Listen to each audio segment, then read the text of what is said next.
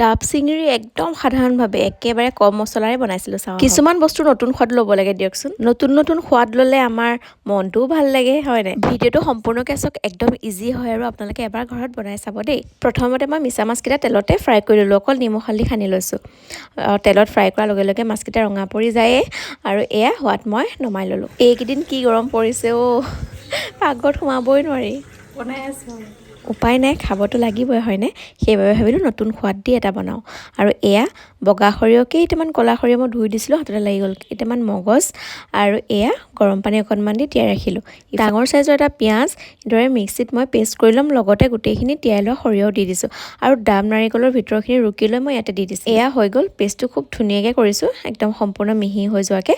আৰু এতিয়া মই যে মাছ ফ্ৰাই কৰিছিলোঁ সেই তেলতে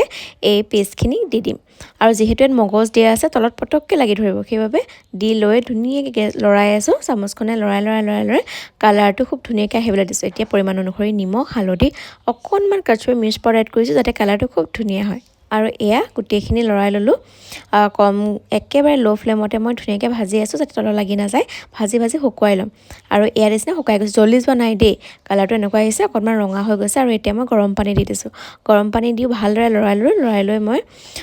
এইদৰে অলপ টাইম ৰাখিব লাগিব চাই থাককচোন ভাজি মানে পানীটো পূৰা শুকাই যাব লাগিব যেতিয়া লাগি ধৰা নিচিনা হ'ব তেতিয়াহে মই পানী এড কৰিছোঁ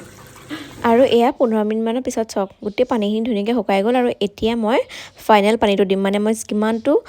জোখত ৰাখিম গ্ৰেভিটো এইটোতো জুলীয়া কৰিব নোৱাৰি একদম গ্ৰেভিত ৰাখিব লাগিব সেইবাবে এয়া পানী দি মই শুকুৱাই আছোঁ ভালদৰে যেতিয়া ঘনটো লাগিছে ন ইয়াতে মই ফ্ৰাই কৰি ৰখা মাছকেইটা দি দিছোঁ আৰু মনত ৰাখিব মাছ মই 4টাহে দিছোঁ এটা কাৰণে এটা ডাবত 4টা মানে মাছ ধৰে ডাঙৰ চাইজৰ দেই তাতকৈ বেছি দিলে তাত নহ'ব সেইবাবে মই এটা ডাবৰ জোখাতহে বনাইছোঁ হৈছে আৰু এতিয়া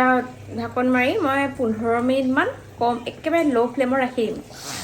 তেতিয়া এটা খুব ধুনীয়া টেক্সচাৰ ক্ৰিমি টেক্সচাৰ আহিব তাৰপিছত কি কৰিছোঁ দেখাই আছোঁ আৰু এয়া ঢাকনখন দাঙি দিয়াৰ লগে লগে ধুনীয়া গোন্ধটো আহিবলৈ ষ্টাৰ্ট কৰিলেই এনেকৈও খাই দিব পাৰি যদি আপোনাৰ ওচৰত ডাব নাই ডাবটো নিদিয়াকৈ ছেইম প্ৰচেছতে বনাই পেলাই এয়া খাই দিব পাৰিব কিন্তু মই অকণমান ইয়াৰ ডাবত বনাম যিহেতু তাৰ অকণমান ফ্লেভাৰটো দিম সেইবাবে মই মাছখিনি গ্ৰেভিখিনিত সোমোৱাই দিলোঁ ওপৰত ঢাকন দি পেলাই তাতে মই আটা দি বন্ধ কৰি দিছিলোঁ কিন্তু মোক সেইটো ভিডিঅ'টো চুট কৰা নহ'লে থাকি গ'ল আৰু এয়া ঢাকনখন দাঙি লৈ চাওকচোন কেনেকুৱা ধুনীয়া এটা গোন্ধ আহিছে